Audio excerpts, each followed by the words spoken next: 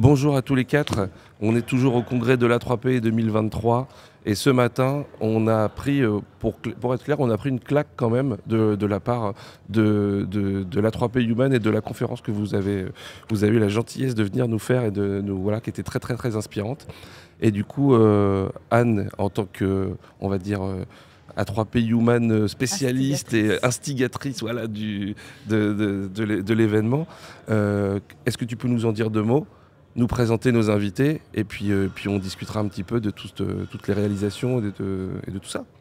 Avec plaisir. Merci beaucoup Christophe de me donner cette opportunité. C'est vrai que donc, depuis quelques années, on essaie de distiller quelque chose d'un peu différent au sein de l'association et des services que propose A3P. Et est né A3P Human. L'objectif maintenant, c'est de le pérenniser et d'en faire une signature vraiment de l'A3P et du congrès de Biarritz. Et en fait, au départ, on voulait transmettre des valeurs à travers des conférences qui soient axées sur l'humanitaire, sur le solidaire, sur le partage. On s'est rendu compte qu'il y avait une place pour ça, parce qu'on est tous dans le business, on en a besoin, c'est ce qui nous fait vivre aujourd'hui. Et à côté de ça, on a aussi besoin d'être nourris et d'être portés par des projets qui nous dépassent un peu, qui sont voilà, inscrits dans nos valeurs humaines.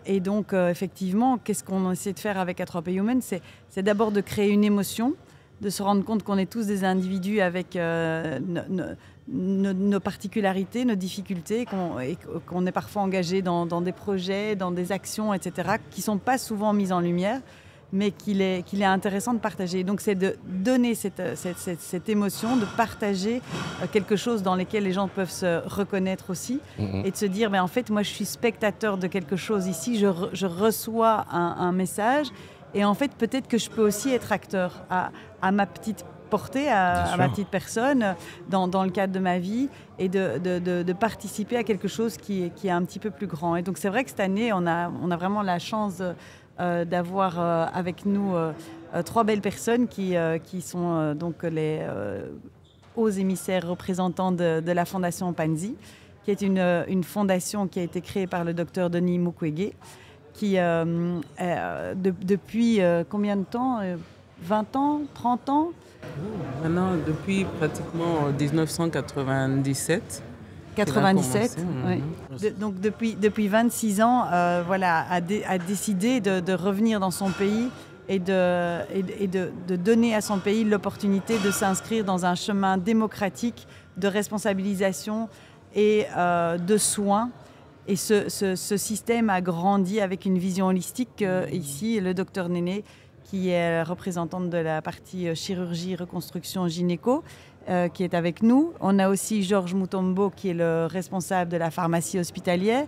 Et on a Guilain, qui est responsable des partenariats internationaux et aussi le secrétaire particulier du docteur Denis Mukwege. Et on a aussi été extrêmement chanceux à A3P Human de recevoir cette petite vidéo du docteur qui, voilà, moi, m'a fait vraiment chaud au cœur de... Voilà, ce message de dire, voilà, j'espère qu'on pourra créer des ponts entre nous. Je tiens à vous remercier vivement pour cette initiative de soutien à notre travail à l'hôpital, à la Fondation Panzi, ainsi qu'à notre pharmacie centrale. Notre équipe présente à ces assises profitera de cette tribune pour vous présenter notre action, le contexte et les défis dans lesquels nous travaillons pour assurer une prise en charge holistique aux nombreuses victimes de violences sexuelles que nous soignons. Je forme le vœu de voir se tisser un partenariat solide entre nos différentes organisations à la fin de ce congrès. Je souhaite plein succès à ce congrès. Merci. Mais oui, il y a tout. Enfin, il y en a à créer forcément, comme tu disais. On pose un petit peu les bagages quand on vient déjà à l'A3P en tant qu'industriel. Et là, on a encore, comme tu parlais de l'émotion, on pose encore les bagages un peu d'une façon différente. Je pense que ça s'est ressenti dans la salle. Hein. Tout le monde était un peu scotché quand même. Il y avait beaucoup de monde aussi. C'était vachement bien. Moi, j'étais content pour toi parce que la salle était pleine en fait. On va peut-être parler un peu de votre projet. Alors, j'ai pas forcément de questions spécifiques. Moi, j'ai quelque chose qui m'a vraiment bluffé dans la présentation. C'est justement ce système holistique. C'est un long chemin, donc une longue vraiment histoire qui commence à partir pratiquement de 1996 avec la guerre qui a sévi, déjà les premières guerres qui ont commencé. On est à l'est de la RDC. Et donc, il est apparu, on avait en fait au niveau de notre province, qui a une province qui a environ 2 millions d'habitants, nous avions un seul hôpital, grand hôpital au niveau de la ville, et très excentré, donc avec autant de monde. Il y avait beaucoup de mortalité maternelle et infantile, un grand défi. L'accessibilité difficile. C'est comme ça, en fait, que le docteur Mukwege, premier gynécologue de la région, a commencé à réfléchir à comment mettre en place une structure pour venir en aide aux femmes et aux enfants, donc pour essayer de réduire cette morbimortalité materno-infantile. Mais malheureusement, en fait, durant cette même période, étant donné que c'était une période de la guerre, les premiers, en fait, je vais dire clients au niveau de la structure sont des victimes des violences sexuelles. Quelque chose qu'on ne connaissait pas, qu'on ne comprenait pas. Ça venait comment? On n'avait même pas, en fait, de terme pour expliquer ça. Même dans notre langage, le terme viol, on a dû l'emprunter au swahili externe parce qu'on ne l'avait pas. Et donc, a commencé cette assistance médicale. Et donc, d'emblée, avec l'assistance médicale, vous comprenez qu'on a besoin des médicaments. On a besoin de la pharmacie. Et donc, là encore, c'était une province voisine qui pouvait fournir très difficilement des médicaments. On a commencé à mettre en place, je crois, une année après, la pharmacie centrale, donc le dépôt central de pharmaceutique. Finalement, tout s'auto-entretient. Enfin, cette histoire avec la fabrication de l'alcool, où on se retrouve à faire de la fermentation pour avoir de l'alcool, dont le sucre a été récolté par les femmes qui ont été reconstruites et qui se retrouvent à les soigner elles-mêmes. Enfin, c'est un système ultra vertueux, c'est des choses qu'on voit rarement et moi personnellement, c'est ce qui m'a le plus impressionné. Parce que pour le coup, on appellerait le système D aussi, c'est-à-dire qu'avec peu de choses, vous avez réussi à fabriquer un système et quelque chose qui s'auto-entretient, entre guillemets, où il n'y a pas de place. Une solution qui se tient complètement. Ouais, c'est ça, de A à Z. Il y a vraiment tout ce système-là, c'est complètement impressionnant et c'est vrai que ça fait partie des choses dont on devrait un peu s'inspirer, je trouve, parce que j'ai trouvé ça très inspirant aussi. Donc déjà, merci pour ça et voilà, je vous laisse la parole pour nous dire ce que vous voulez. C'était génial. Non, merci. Effectivement, en fait...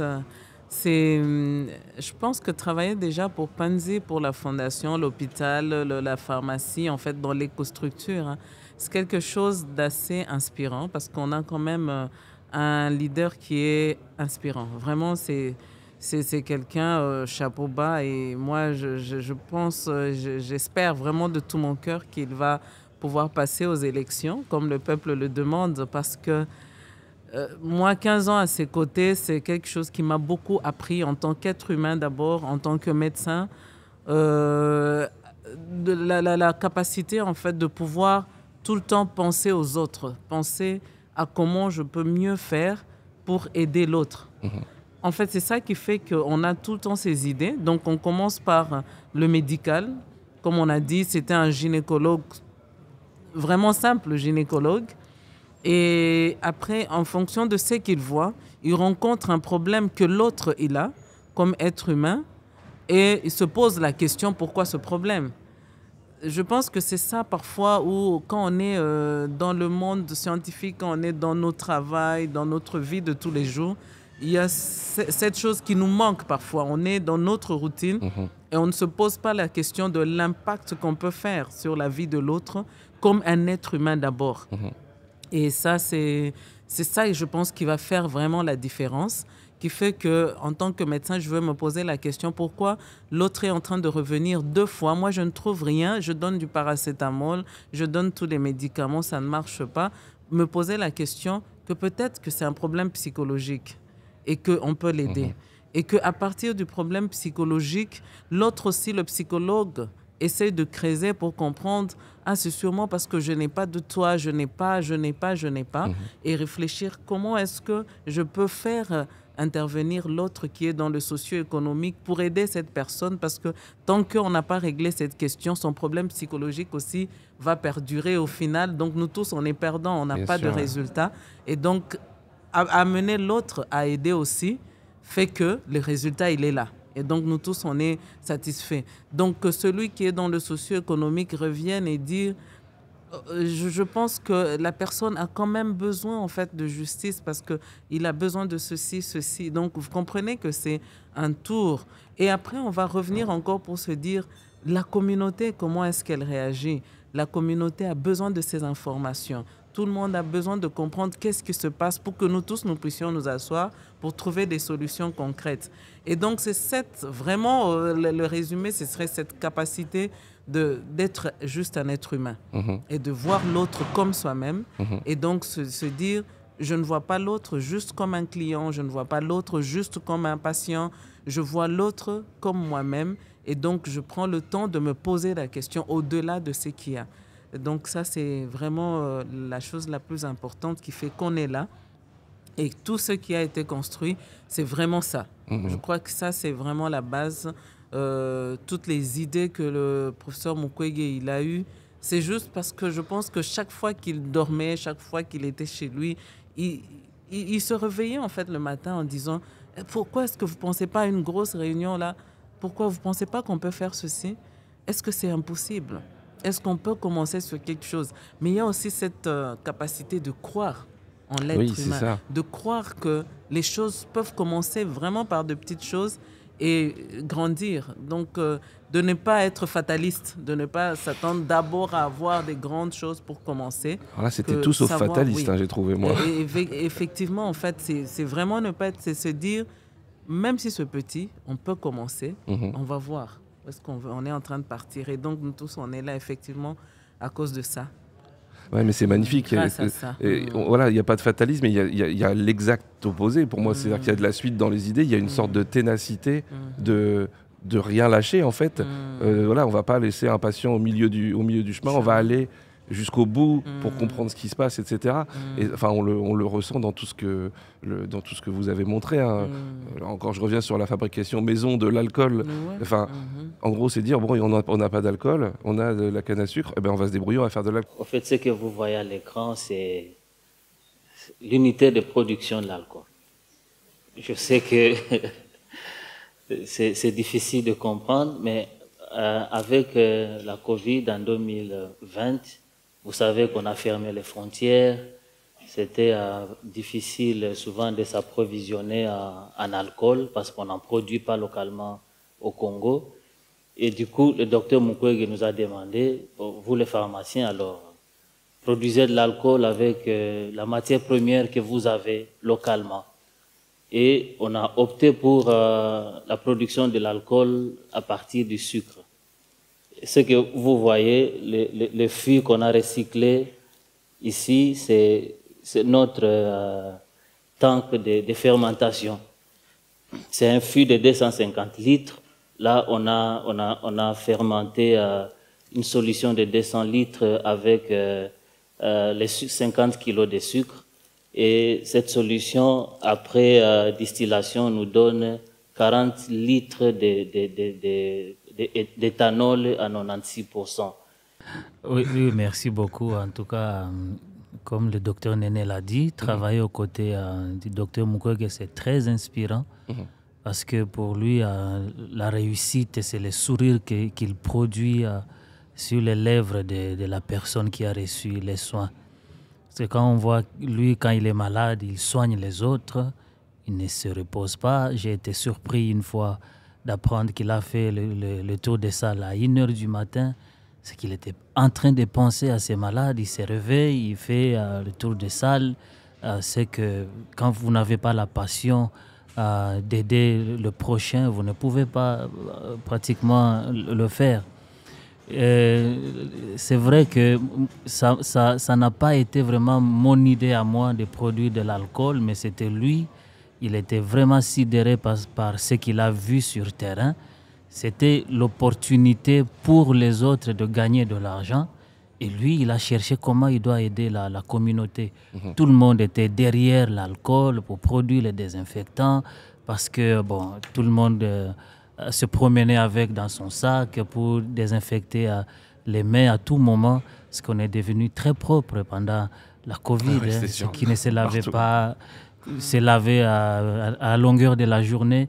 Et alors les gens se disaient, bon, on ne trouve pas de l'eau dans chaque endroit, on se promène avec les désinfectants et l'alcool est devenu trop cher. Alors il se dit, donnons la solution alors à la communauté, puisqu'on ne sait pas, importer, et on avait aussi des soucis quand vous importez par des commandes que vous avez passées directement par mail. On vous envoie du méthanol à la place de l'éthanol, et après vous ne savez pas faire la logistique inverse pour retourner le produit avec les problèmes de la frontière. Et lui, il nous dit, fabriquer de l'alcool.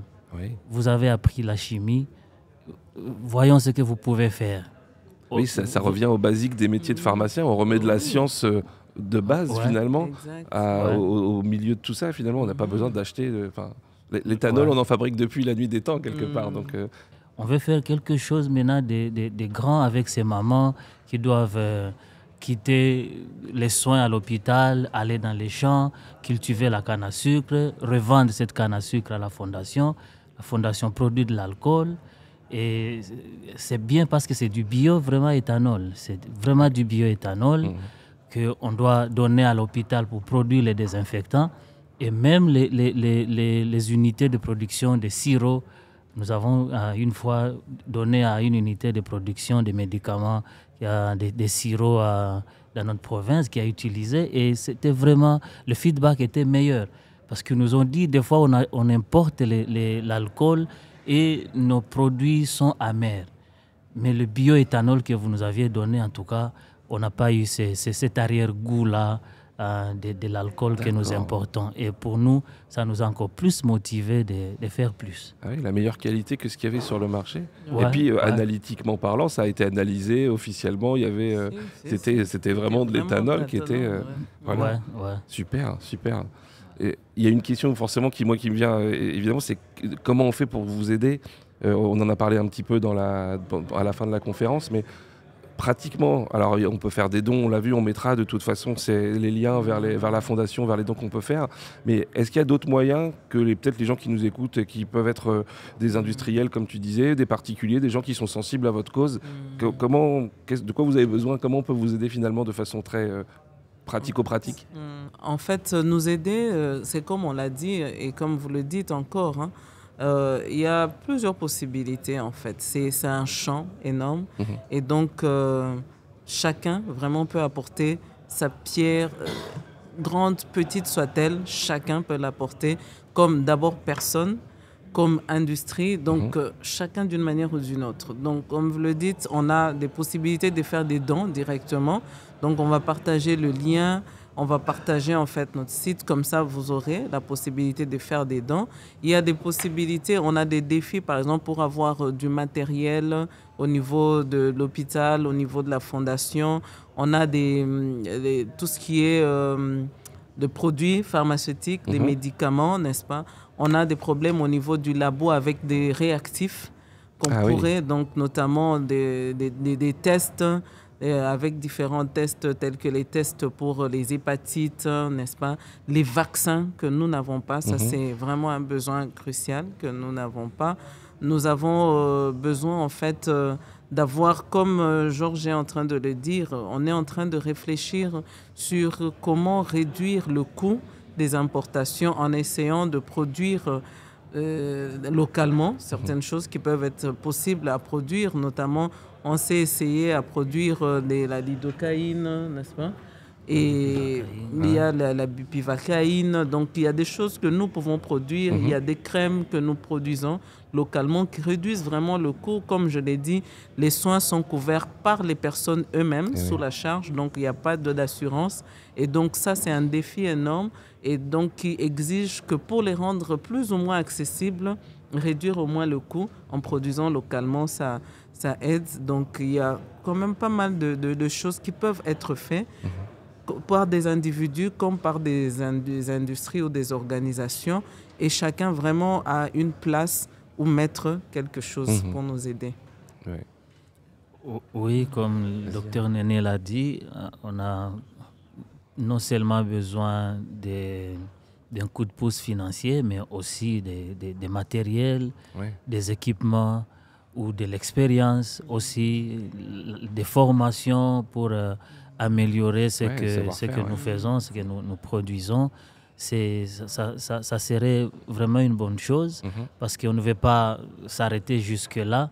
Ce que nous faisons, utiliser souvent à l'hôpital, mais pourquoi pas atteindre d'autres provinces et dire que voilà, puisque maintenant la Fondation Panzi devient capable de couvrir les besoins, la demande en alcool de la province, pourquoi ne pas s'approvisionner à la Fondation au lieu d'importer. Mais là, si on dit soutenez la Fondation, achetez son alcool, on va nous poser la question, mais quelle est votre capacité de production? Et oui, c'est pas industriel pour l'instant, c'est très artisanal. Avec ce que vous avez vu là, on ne sait pas satisfaire déjà nos structures. On produit et on continue à importer. Mais si on a des équipements et quelqu'un qui peut nous accompagner... Et là, l'expérience industrielle, et là, moi, je on est à l'attraper. Aussi, donc on parle de finalité, mais il y a en amont, et c'est ce que vous disiez un petit peu tous les deux, il y a aussi des ressources humaines. Et ici, il y a des gens qui font du design, de la construction, de salles d'opération chirurgicales, de pharmacie. Il y a des gens qui font du process, il y a des gens qui designent aussi des équipements spécifiques. Et peut-être qu'avant d'envoyer des choses comme ça, que je disais tout à l'heure, on ne va pas vous envoyer une cuve demain parce que vous ne sauriez pas quoi en faire. Mais peut-être qu'il y a des gens dans leur société qui peuvent se dire, en fait, moi j'aimerais bien aller une semaine, 2 semaines, aller voir, me rendre compte de ce que c'est la réalité du terrain. Comme tu disais, Néné, de pouvoir... apporter un petit peu de savoir-faire ou de la formation ou des petits trips, des petits trucs petits et astuces, tips, des trucs si j'arrive à dire, des trucs et astuces pour vous aider avec ce qu'ils voient réellement sur le terrain et en fait ce qu'ils connaissent eux de leur métier. Je pense au flux matière, au flux personne. Parfois, c'est des petites choses, mais vous accompagnez aussi dans votre capacité à produire des capacités plus grandes. Oui, l'expérience et le savoir-faire industriel, il peut être intéressant aussi pour transférer cette connaissance et cette expérience. Parce qu'on est sur site. Bien sûr, Je pense qu'au-delà de ça aussi, de tous les besoins dont on a exprimé, on a besoin aussi des espaces comme ça pour pouvoir partager nos expériences. Et communiquer aussi. Communiquer sur le travail que nous faisons à la Fondation et à l'hôpital de Panzi. Et d'ailleurs, je voudrais remercier A3P pour ça, qui nous a donné cette tribune. C'est très important. Ça se passe à 8000 km d'ici. Beaucoup de gens ne sont pas informés. Et des espaces comme ça nous aident à véhiculer tous ces messages, les valeurs qu'incarne le docteur Denis Mukwege.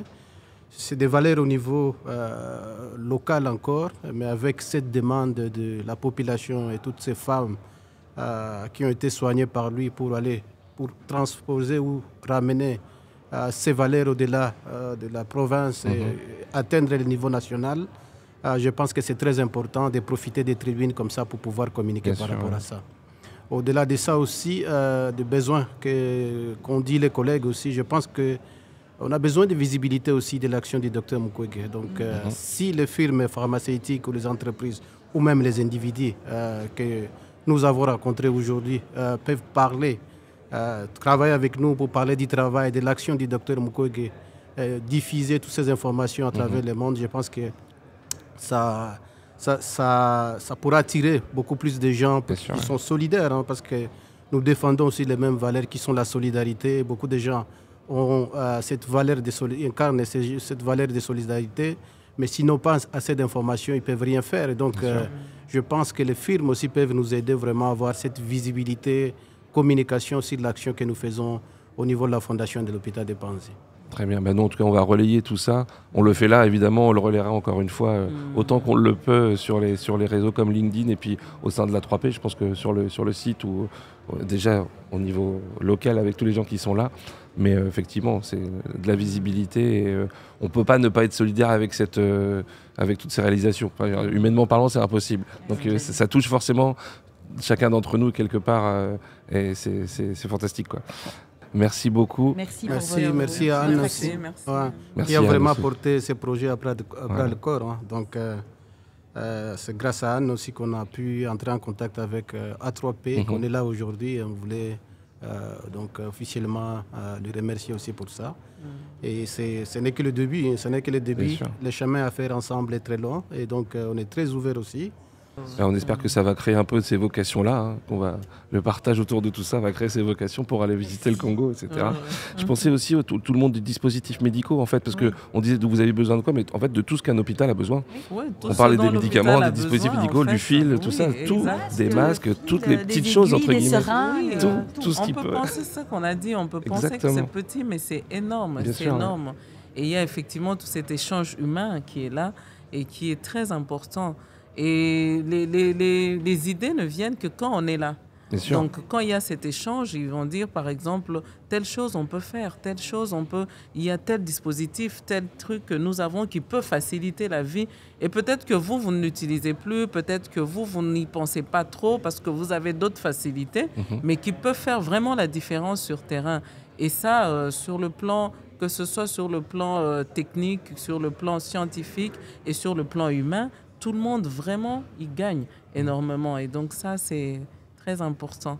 Caribou, comme on dit, bienvenue chez nous. Super. Caribou. Ça donne envie de venir vous voir, en tout cas.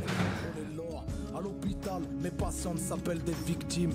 Chirurgiens réparateurs de leurs parties intimes. Je soigne le sexe faible du mal fait par les mâles. Ici, les hommes m'appellent l'homme qui restaure nos femmes. L'homme qui répare les femmes. Un homme sur 100 est un leader. Les 99 au-dessus d'une femme. Je suis comme une fleur qu'on a écrasée. Mais je vais repousser, me déployer, résister.